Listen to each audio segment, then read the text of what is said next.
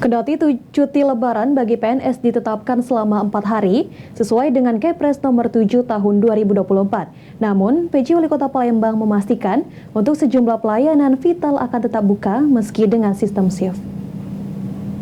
Dari anggaran tahun 2022. Sesuai Kepres nomor 7 tahun 2024, cuti bersama Idul Fitri atau Lebaran 2024 bagi PNS ditetapkan selama 4 hari, mulai 8 April hingga 15 April 2024.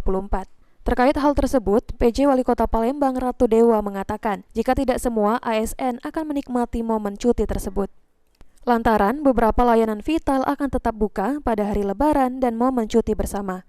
Dengan sistem shift, sementara untuk jam pelayanan sendiri akan dibuka mulai pukul 8 pagi hingga 3 sore.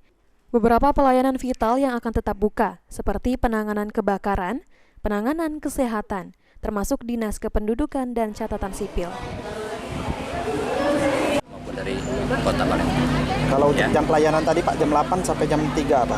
Iya. Lebaran secara shift ya? Iya, sistem. Jenis pelayanan apa aja mungkin Pak bisa? Di antaranya masalah kebakaran, rumah sakit, puskesmas, termasuk capil, saya kira itu ya. Sandi Pratama, PAL TV.